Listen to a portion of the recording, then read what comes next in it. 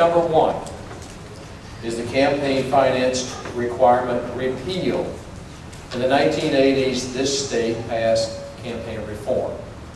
And in 1998, it became part of our Constitution. It says if you're running for governor or cabinet, and we've witnessed that this cycle, you should be entitled to be fairly treated, and if somebody wants to spend a lot of money, you're entitled to public funds. Well, let's see, last I remember, public funds, that's our money. So this is going to ask you, the voter, to consider repealing that, and no longer will that, in the last cycle, 2006, statewide cycle, $11.1 million of your money was spent to fund political campaigns of governor and cabinet. This is going to ask you to repeal that, so that money will no longer be available to candidates running for statewide office. Amendment number 2. Amendment number 2 says it increases the homestead tax exemption of any member of the military, active or reserve, that reside in the continental United States, Alaska, and Hawaii.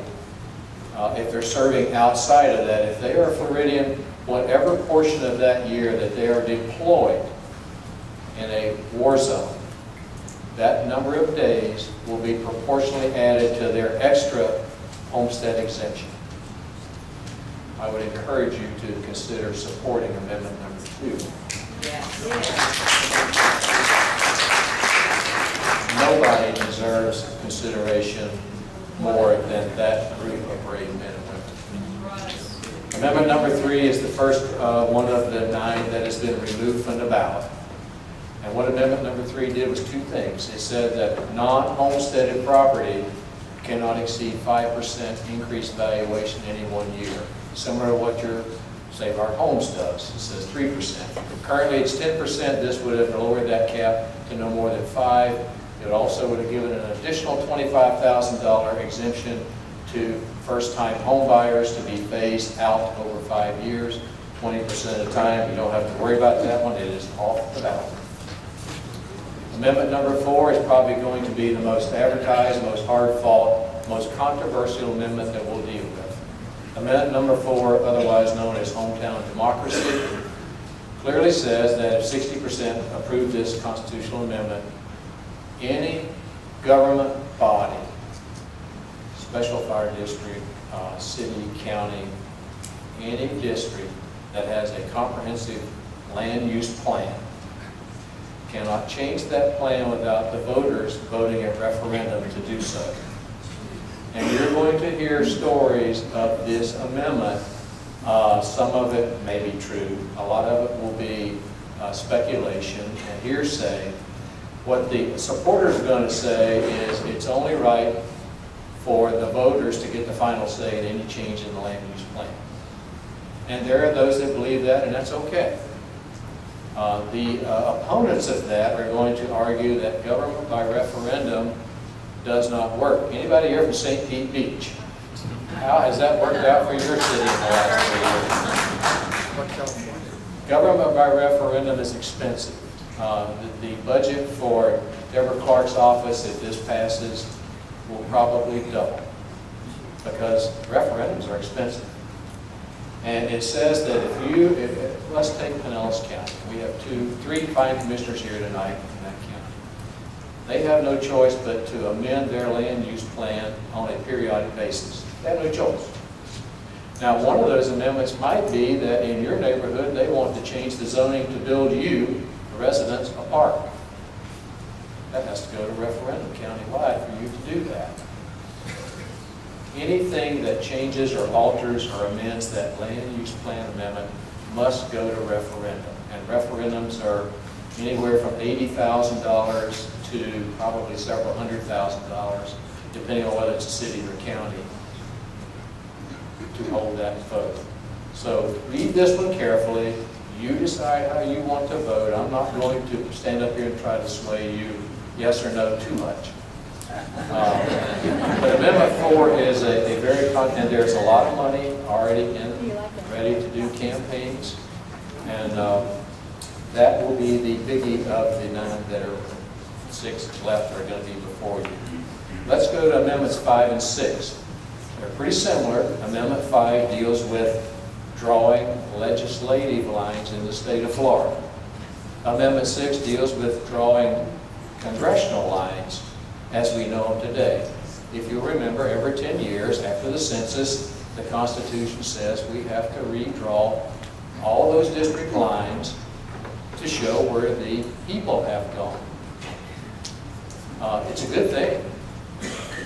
I'll remind you that the Republican Party took control of the state legislature, House and Senate, under the lines that the Democrats drew. They don't like that when you bring that up. I also remind you they never came forward wanting to change the way those lines were drawn when they were drawn for the last 100 years. But we've got to draw them once in 1994, and now it's a bad thing, and we're doing it wrong, and we're not doing it fair, and so they want to create this non-political way, I don't know how you do that, to make these districts fair. Now, I found it interesting, Mr. Chairman and members and guests, just how amazing it was that a large portion of minority groups, and I say minority groups not only for race, but in Tallahassee we call Democrats the minority group, and like doing that and hope they're much less of a minority than they were. It's amazing how many of those, both racially minority and politically minority groups, don't want this amendment to pass. They're afraid that it takes away their opportunity to ever get elected, and it may well do that. That could be an unintended consequence. All summer long, the Florida Senate held a large series of public meetings trying to figure out what this amendment is actually going to require. And remember, this amendment is pretty much singularly bankrolled by a rich lady in Broward or Palm Beach County who's put over $2 million of her money in it. And what it's going to say, it just clearly says legislative districts for number 5 and congressional districts for number 6 may not be drawn to favor or disfavor any incumbent or political party. Districts shall not be drawn to deny racial or language minorities the equal opportunity to participate in the political process and elect representatives of their choice. Districts must be contiguous. Unless otherwise required, districts must be compact, as equal in population as feasible, and where feasible must make use of existing city, county, and geographical boundaries. Now, if there is one person in this room that can figure out how to draw districts to meet every one of those words, I want to meet with you after, because we're going to make a lot of money in the next 3 months. A lot. The opponents have yet to come up with an idea how to draw those lines based on that language that they brought forward.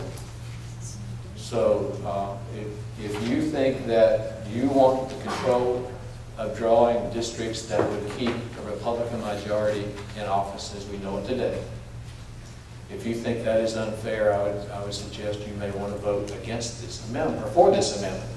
If you think that the Republican Party seems to be doing a good job of making sure that everyone is treated fairly, the districts are drawn to where each district contains basically the same number of citizens, then I would encourage you to vote against these 2 amendments.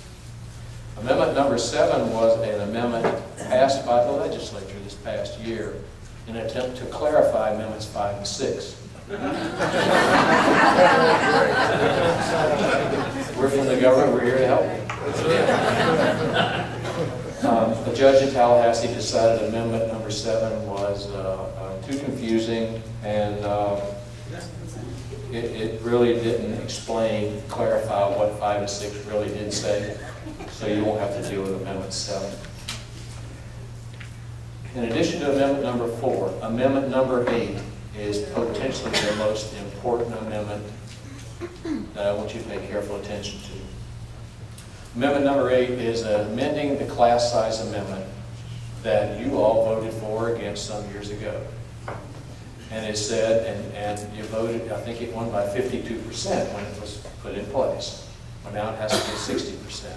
Amendment number 8 says, you know, we have spent $16 billion in the last 8 years complying with class size. $16 billion. It has to be fully implemented this year, the last piece.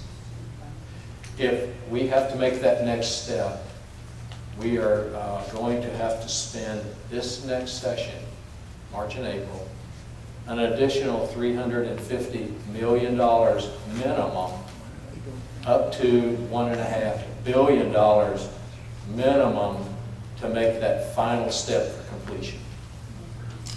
Now, what Amendment 8 does is it says, the current language says, any class in this state, whether it's kindergarten, elementary, middle school, or high school, has a very hard cap of the maximum number of students.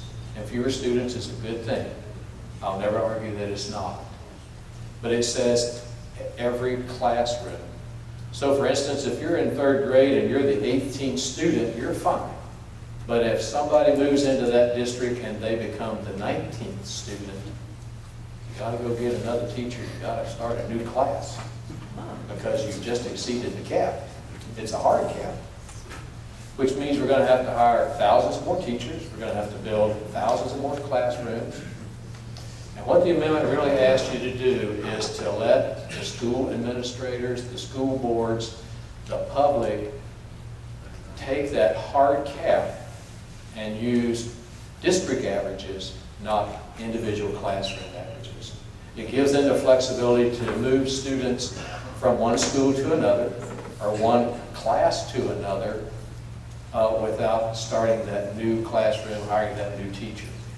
It saves a lot of money. If you don't believe that the budget consequences, not only at city level, county level, your household level, and the state level, is dire, this is going to be another painful year for everyone in and out of government because our resources are continuing to diminish.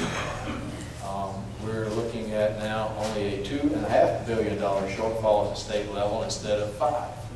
Yes. So we're making progress. Yes. Amendment 8 is very important. The quality of education will not diminish. It does give that flexibility to the school districts to have that ability to move that 19th student around. And it's also unusual that, Amendment number 8 is even supported by areas that you would never consider to be someone we would affiliate with, like the very right-leaning St. Pete Times, other presses around the state. They think that this is a fair and equitable step to amend that class size amendment that you thought was important, and it is important. So it's not eliminating it, it's just saying we're going to use district averages instead of individual classroom averages. And you can have up to 3 students above that current hard cap before you have to start a new class or take that person out. Amendment number 9 was our attempt in the legislature, and I'm not ashamed of it, to get in our Constitution that Mr. Obama cannot shove health care down your throat or mine.